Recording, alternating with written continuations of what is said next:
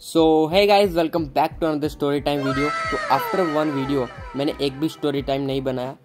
तो आज की स्टोरी टाइम में हम लोग बात करने वाले हैं 15 अगस्त के इंसिडेंट के बारे में कि मेरे साथ क्या क्या हुआ था।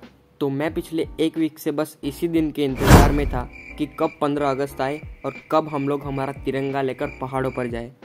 अगर आप लोग सौरव जोशी के डेली व्लॉग्स फॉलो करते हो तो आप लोगों को पता ही होगा कि कैसे सौरव भाई अपने तिरंगा लेकर पहाड़ों पर गए थे। तो मैंने भी सेम टू सेम ऐसा ही कुछ प्लान किया था। झूठ बोल रहा है। लेकिन प्लान के बीच में एक बहुत ही बड़ी रुकावट आ गई, वो अभी आपको आगे पता चलेगा। तो पहाड़ों पर तिरंगा लहराने की पूरी तैयारी हो चुकी थी और इसी एक्साइटमेंट में मैं अच्छे से सो भी नहीं पाया और सुबह के 5:30 बजते ही मैं सीधा जिम में चला गया और वर्कआउट स्टार्ट कर दिया। और एक तरफ से गाने बज रहे हैं, एक तरफ से मैं वर्कआउट कर रहा हूँ और इसी बारे में सोच रहा हूँ कि हम लोग कैसे ट्रैकिंग करेंगे, ऊपर जाके क्या क्या करेंगे हम लोग। तभी मेरी मम्मी का कॉल आता है और वो बोलती है कि मुझे गाड़ी की ज़रूरत है तो तू जल्दी से घर पे आ जा। तो मतलब मैं उस टाइम बहुत ही ज़्यादा एक्साइटेड था ट्रैकिंग के लिए, तो मैंने उनको इग्नोर कर दिया और मतलब फिर से वर्कआउट करने के लिए लग गया। और ज़ोर ज़ोर से मतलब गाने बज रहे हैं, हम लोग ऐसे नाच रहे हैं। और क्योंकि ऐसा हम पहली बार कुछ करने वाले थे, ऐसा कुछ अलग ट्रैकिंग मतलब फ्लैग के साथ। इससे पहले तो वैसे ही स्कूल में किया है, लेकिन ऐसा कुछ यूनिक पहली बार करने वाले थे। तो बस ऐसे ही फिर से अभी गाने बज रहे थे, हम लोग वर्कआउट कर रहे थे।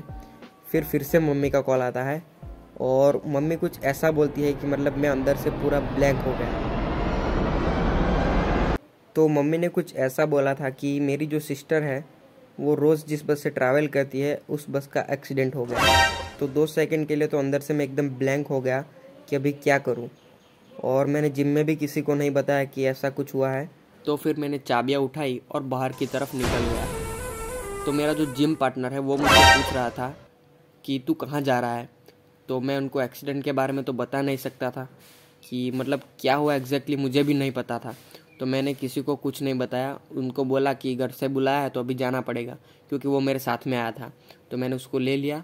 तो अभी हम लोग जा रहे थे, तब वो मुझसे क्वेश्चंस बहुत पूछ रहा था कि हम लोग ट्रैकिंग में क्या करने वाले हैं, क्या खाएंगे, कब जाएंगे, कब आएंगे।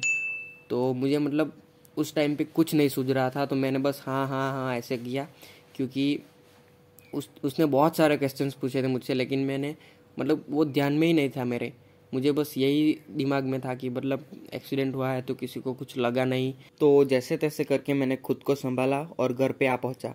और आते ही मैंने मम्मी से पूछा कि एग्जैक्टली मैटर क्या है। तो मम्मी ने बताया कि मेरी सिस्टर का कॉल आया था, तो उसने बताया कि हम जिस बस में ट्रैवल कर रहे थे उस बस का एक्सीडेंट हुआ है। फिर उसके बाद ज़्यादा बातें नहीं हुई, क्योंकि मतलब नेटवर्क का इशू था। तो मैंने सीधा बाहर जाके अपनी सिस्टर को कॉल किया और उसको पूछा कि मतलब क्या हुआ है। तो उसने बताया कि हमारी बस का एक्सीडेंट हुआ है। तो मैंने उसको पूछा कि तुझे मतलब कहीं पे लगा तो नहीं है ना। तो उसने बोला कि नहीं, मुझे तो नहीं लगा है। तो बस ये सुनते ही अंदर से थोड़ी सी राहत हुई, लेकिन उसके बाद उसने कुछ ऐसा बोल दिया कि मतलब फिर से टेंशन आ गया। कि उसने बोला कि हमारी जो कज़िन सिस्टर है उसके नाक में से और मुंह में से खून आ रहा था। तो फिर ये सुनते ही मैंने मतलब जल्दी से मम्मी को बोला कि जल्दी जाना पड़ेगा। तो हम जल्दी से वहाँ पर पहुँचे और वहाँ पर जाकर देखा तो वहाँ पर 2 बस और एक ट्रक था। मतलब तीन व्हीकल का एक्सीडेंट हुआ था।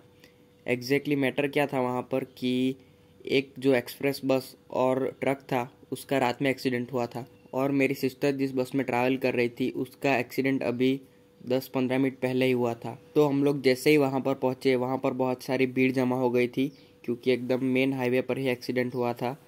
तो सब लोग मतलब यहाँ वहाँ भाग रहे थे, क्योंकि किसी को मुंह में लगा था, किसी को हाथ में लगा था, किसी को पैर में लगा था। क्योंकि बस एक्चुअली पेड़ में जाके टकराई थी, तो कंडक्टर को बहुत लगा था, लेकिन ड्राइवर बच गया था क्योंकि कंडक्टर साइड से एक्सीडेंट हुआ था। तो बहुत सारे लोग वहाँ पर जमा हो गए थे। फिर उसके बाद हम जैसे ही वहाँ पर पहुँचे, वहाँ पर एम्बुलेंस भी आ चुकी थी।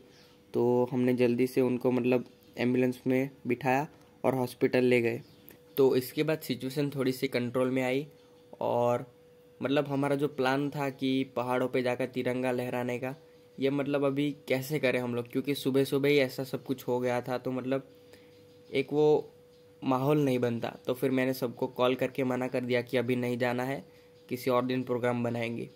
तो बस के अंदर की सिचुएशन क्या क्या थी वो मतलब मुझे भी नहीं पता है। तो मैंने मतलब मेरी सिस्टर से पूछा कि क्या क्या हुआ था, तो उसने मुझे बहुत सारी बातें बताई। तो वो मैं आपके साथ शेयर करना चाहता हूँ कि उसका मतलब क्या क्या एक्सपीरियंस रहा। तो आओ तो जानते हैं। तो हर रोज़ की तरह मेरी सिस्टर नाचते कूदते हंसते खेलते हुए अपने कॉलेज के लिए निकल चुकी थी, लेकिन वो जिस बस में रेगुलरली जाती है वो बस निकल चुकी थी क्योंकि आज वो थोड़ा सा लेट उठी थी। तो उसके बाद क्या होता है कि जो सेकंड बस है उसमें मतलब पब्लिक बहुत ही ज़्यादा होती है, वहाँ पर पैर रखने की भी जगह नहीं होती है। लेकिन आज उस बस में बहुत ही कम पब्लिक था, तो उसने सोचा कि चलो इसमें चले जाते हैं। तो फिर वो उसमें बैठ गई। तो बस जैसे ही एक्सीडेंट वाली जगह पर पहुंची, बस आउट ऑफ कंट्रोल हो गई क्योंकि जो ड्राइवर था वो आज नया था और उसे रास्तों का कुछ पता नहीं था। और जो एक्सीडेंट हुआ था रात में वो एकदम मोड़ पर था, इस वजह से मतलब ड्राइवर को वो बस और ट्रक नहीं दिखा। तो बस आउट ऑफ कंट्रोल हो गई और पता नहीं कैसे वो पेड़ में जाके टकरा गई।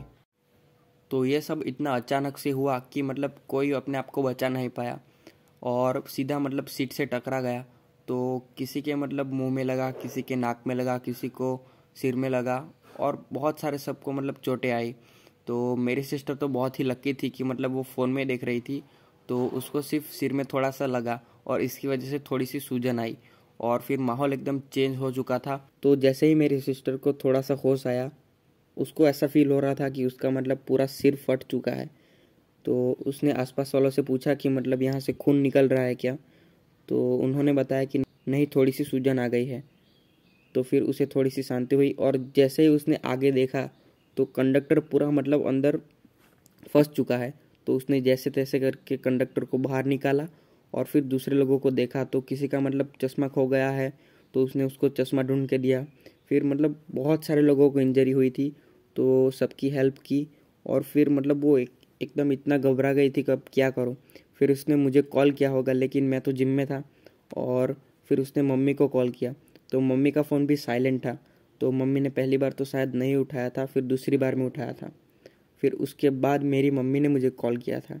फिर उसके बाद ये पूरी स्टोरी हुई। तो मैं और मेरी मम्मी मेरी सिस्टर को लेने के लिए निकल चुके थे और रास्ते में हमें मेरी आंटी मिली। तो आंटी को ये सब कुछ बताया तो आंटी भी फुल टेंशन में थे और हमें एक्चुअली में कुछ पता नहीं था कि वहाँ पर एक्चुअली में क्या हुआ था। तो हम मतलब उनको इतना बताया और फिर हम सीधा निकल गए।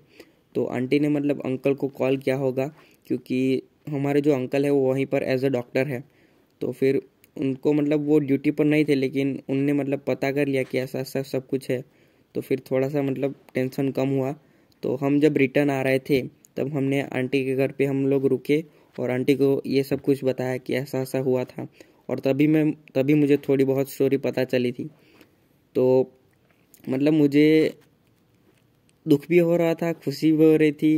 मतलब क्या बोलूँ अभी मैं, क्योंकि सिस्टर को देख के ऐसा लग रहा था कि मतलब चलो अच्छा है कुछ नहीं हुआ। और एक तरफ से हंसी भी आ रही थी क्योंकि उसके मतलब सिर में जो लगा था ना, उसकी वजह से उसका फेस बहुत ही फनी हो गया था। तो फिर उसको देखकर हंसी भी आ रही थी और सब कुछ मतलब फील हो रहा था। बस उसके बाद सब कुछ नॉर्मल हो गया। और अगर आपको वीडियो अच्छी लगी हो तो वीडियो को लाइक कर दो, और आप फ्यूचर में भी ऐसी स्टोरी चाहते हो तो मुझे कमेंट में बताओ। और अगर कुछ भी मतलब आपको फ़नी लगा या फिर कुछ जानने को मिला तो बस अपने दोस्तों के साथ शेयर कर दो। और मिलते हैं नेक्स्ट वीडियो में, तब तक के लिए बाय।